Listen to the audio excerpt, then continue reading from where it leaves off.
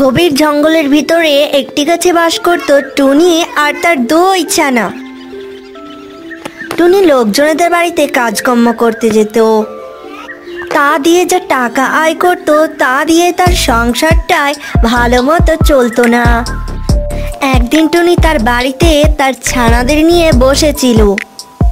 তখন একটি ছানা বলে, মা মা, আমি একটি জিনিস চাইবো, তুমি আমাকে কিনে দেবে? হ্যাঁ মা সোনা, আমি ওই মাসের বেতন পাবো, তখন তোমাকে কিনে দেব। কেমন? মা, আমাকেও কিনে দেবে? হ্যাঁ হ্যাঁ, আমি তোমাদের দুজনকেই কিনে দেব। বেতন পাই, এখন লক্ষ্মী ছেলের মতো বাড়িতে বসে থাকো তোমরা, ঠিক আছে? আমি কাজে বেরোলুম। টুনি এইভাবেই আরো কাজকর্ম করতে থাকে।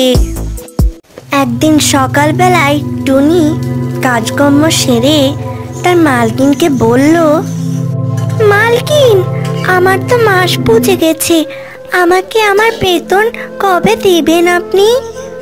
তখন তার মালকিন বলল, তুই কাজে মন দে, সব সময় টাকা টাকা করিস, টাকা কি গাছের পাতা নাকি তাই ছিঁড়ে ছিঁড়ে দিয়ে দেবো? ঠিক তোর মাস পুজলে আমি টাকা দিয়ে দেব, এবার চুপচাপ কাজ করতো, ভিখিরি কোথাকার।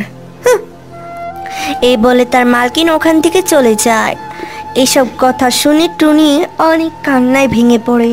হায় হায়, কি অভাগী আমি, কাজ করেও টাকা পাচ্ছি না। আমার ছেলেরা ওদিকে বসে আছে, কখন তাদের জন্য আমি কিছু নিয়ে যেতে পারবো?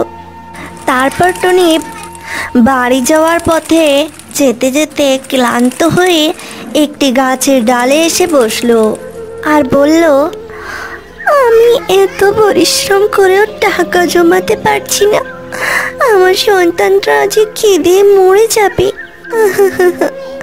এখন যে কি খাবো সে টাকাটাও তো আমার কাছে নেই। তখনই টুনি কারো আর্তনাদের আওয়াজ শুনতে পায়। কেউ আছো? বাঁচাও! কেউ আছো? বাঁচাও!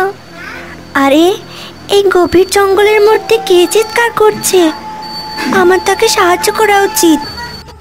এই আওয়াজটা তো এই গুহা থেকেই মনে হয় চিৎকারটা বেরোচ্ছে, আমার দেখা উচিত। এরপর টুনি গুহার ভিতরে চলে যায়। কি, এখানে তো কেউ নেই। কেউ আছো? কে চিৎকার করছিলে? কেউ আছো?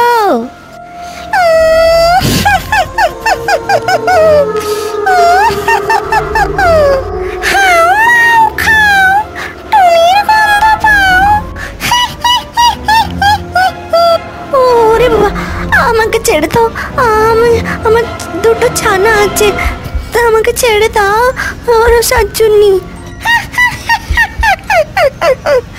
তোকে ছেড়ে দেবো? তোকে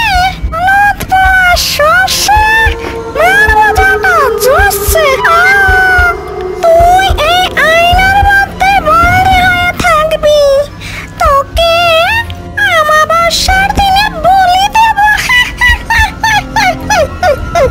এই বলে সাতচেন্নি সেখান থেকে অদৃশ্য হয়ে যায়।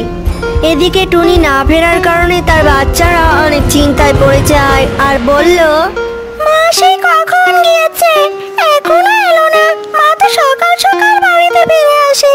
হ্যাঁ দিদি, কি হয়েছে মায়ের? চল আমরা ওই কাজের মাসির বাড়ির কাছে গিয়ে জিজ্ঞেস করি, মালকিনকে বললে নিশ্চয় আমার মা ওখানেই আছে।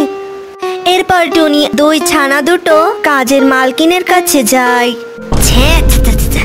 ই মা, দিল আমার পরশটা নোংরা করে। এই ভিখারি দুটো কেন যে এলো?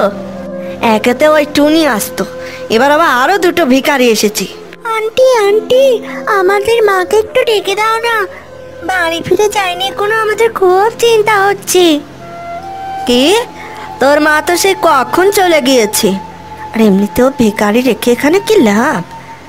দেখ গা, তোর মা চলে গিয়েছে, কিন্তু মা তো এখনো বাড়ি পৌঁছাওনি। তাহলে আবার মায়ের কিছু বিপদ হলো না তো? যা তো, এখন আর আমাকে ডিস্টার্ব করিস না, বেরো ভিখারির দল। এই বলে টুনির দুই বাচ্চাকে সেখান থেকে তাড়িয়ে দেয়। তারা মন খারাপ করে কাঁদতে কাঁদতে জঙ্গল দিয়ে যাচ্ছিল তাদের বাসায়। তখনই আকাশপথ দিয়ে একটি পরী উড়ে যাচ্ছিল। সে তাদের কান্নার আর্তনাদ শুনে নিচে নেমে আসে। এরপর সেই পরীটি একটি হাঁসের রূপ নেয় এবং তাদের সামনে যায় আর বলে, আমি অনেক গরিব, অনেক দিন কিছু খাইনি, তোমরা আমাকে কিছু টাকা দিতে পারবে? আমি খাবার কিনে খাবো। আমরাও তো অনেক গরিব, তবে আমাকে আমার মা 1 টাকাই দিয়েছিল। এই 1 টাকাটা আমাকে ললিপপ কেনার জন্য দিয়েছিল। আমি তোমাকে দিয়ে দিচ্ছি, এই নাও। তখনই তাদের সামনে পাতি হাঁসটি রূপ বদল করে পরীতে পরিণত হয়ে যায়। তোমরা অনেক ভালো, কিন্তু তোমরা এই জঙ্গলের মধ্যে কান্না করতে করতে যাচ্ছে কেন? কারণ আমাদের মা হারিয়ে গেছে, আমরা মাকে খুঁজে পাচ্ছি না। দাঁড়াও, আমি তোমাদের সাহায্য করতে পারি। চাম চাম চাম্বুরা।